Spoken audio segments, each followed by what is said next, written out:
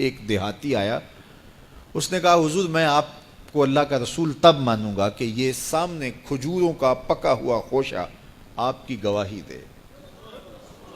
فرمایا تب تو مان جائے گا؟ اس نے کہا انکار کی گنجائش ہی نہیں۔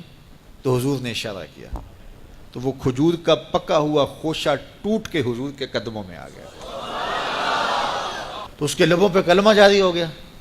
اب وہ ٹوٹی ہوئی کھجوریں جو معجزے سے حضور نے توڑی تھیں اس صحابی کی جھولی میں ڈال دیتے یا صحابہ کو بانٹ دیتے، وہ فخر کرتے ہم نے حضور کے ہاتھوں سے یوں توڑی ہوئی کھجوریں کھائی ہیں۔ یہ بڑی بات ہوتی، اعزاز ہوتا، لیکن حضور جانتے تھے قرب قیامت میں کمانوں سے نکلے ہوئے تیروں کے رخ موڑ دیے جائیں گے۔ اللہ اکبر۔ تو حضور علیہ الصلوۃ والسلام نے کہا کہ مان لیا؟ اس نے کہا جی میں مان گیا۔ کوئی یہ بھی کہہ سکتا تھا کہ ہوا کا تیز جھونکا آیا اور اتفاق ایسا ہو گیا، جس آج کل لوگ بات کرتے تو وہ ٹوٹ کے گر گیا۔ تو حضور نے اس کھجور کے گچھے سے مخاطب ہو کے کہا تجھے جس کام کے لیے بلایا تھا وہ ہو گیا، اب واپس جا کے جڑ بھی جا۔ صرف توڑنا نہیں جانتے، جوڑنا بھی جانتے۔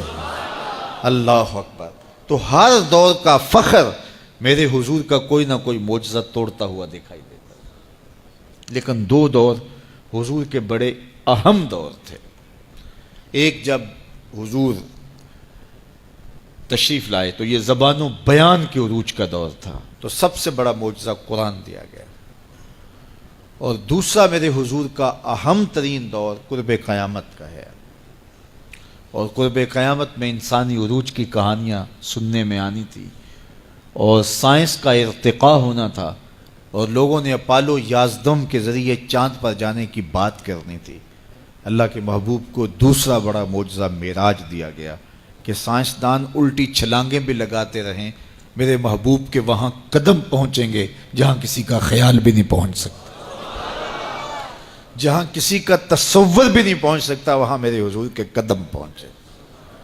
باقی رہی بات چاند پہ جانے کی، تو لوگ چاند پہ جا کے فخر کرتے ہیں، میرے حضور تو چاند کو قدموں میں بلا کر بھی فخر نہیں کرتے۔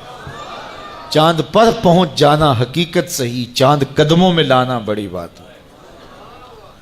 اور دوسری بات، لوگ چاند پہ گئے تو انسانیت کے لیے کیا لائے؟ وہ کہتے تھوڑی سی مٹی اٹھا لائے تھے، یہ چاند کی مٹی ہے، تو زمین پہ مٹی پہلے تھوڑی تھی کہ اور آ کے خاک ڈال دی چاند کی۔ آج چاند پہ گئے بھی تو انسانیت کے لیے کیا لائے، اور حضور گئے تو امت کی بخشش کا مجدہ جاں فضا لے کے آئے۔ حضور گئے تو بندگی کا شعور امت کے لیے لائے، اور لوگوں کو بتایا کہ اس کی حضور بندگی کرو، پیشانی سجدے میں رکھو گے، الصلاۃ معراج المومنین، تمہارا نماز کے لیے جھک جانا تمہارا معراج کہلائے گا، تمہارا عروج اور بانک پن کہلائے گا۔ تو ہر دور کا کوئی نہ کوئی بانک پن ہوتا ہے۔ تو قرب قیامت میں سائنسی ارتقاء کی کہانیاں ہم نے دیکھنی تھی، لوگوں نے چاند پہ جانے کی باتیں کرنی تھی، مریخ کے سفر کی تیاریاں ہونی تھی، تو اللہ تعالیٰ نے اپنے محبوب کو دوسرا بڑا معجزہ معراج دیا کہ سائنسدان الٹی چھلانگیں بھی لگائیں، لیکن وہاں ان کا تخیل بھی نہیں پہنچ سکتا جہاں محمد عربی کے قدم پہنچ گئے۔ کوئی حد ہے ان کے عروج کی، بلغ العلا کمال، وہ ان بلندیوں تک پہنچے جہاں کسی کا تصور بھی نہیں جا سکتا۔ ڈٹھے ورق قرآن دے پول سارے، تیری شان جیا نہیں کوئی ہور ڈٹھا، تیری شان دا کرے مقابلہ جڑا انہوں عاشقاں اصلی چور ڈٹھا۔ کوئی نور آکھے کوئی بشر آکھے، پیندا رات دنے ایہو شور ڈٹھا، اللہ والیاں گل مکا دیتی تساں ہور ڈٹھا اساں ہور ڈٹھا۔ تم نے حلیمہ کی بکریوں کے پیچھے پیچھے دیکھا ہے، سدرہ پر جبریل کے آگے آگے نہیں دیکھا۔ وہ ان رفتوں تک پہنچے، ان بلندیوں تک پہنچے جہاں کسی کا تصور بھی نہیں جا سکتا۔ کوئی فلک تے رہ یار گیا، کوئی جا سدرہ تے ہار گیا، ایک کالیاں زلفاں والا سی جڑا عرش تو بھی لنگ پار گیا۔ ان بلندیوں تک پہنچے جہاں کسی کا تصور بھی نہیں جا سکتا۔ وہ کسی نے کہا نور بشر دا جھگڑا چلیا تے سدرہ تے جا کے گل مک گئی، اور میں کہتا ہوں سدرہ دور کی بات ہے، مسجد اقصیٰ میں کام پورا ہو گیا۔ نور بھی پیچھے کھڑے ہیں، بشر بھی پیچھے کھڑے ہیں، حضور مصلی پہ کھڑے ہیں، سدرہ میں آ کے گل مک گئی۔ نہیں، میں کہتا ہوں مسجد اقصیٰ میں گل مک گئی، اس سے بھی پیچھے آ جاؤ، میں کہتا ہوں ہانی کے گھر میں گل مک گئی۔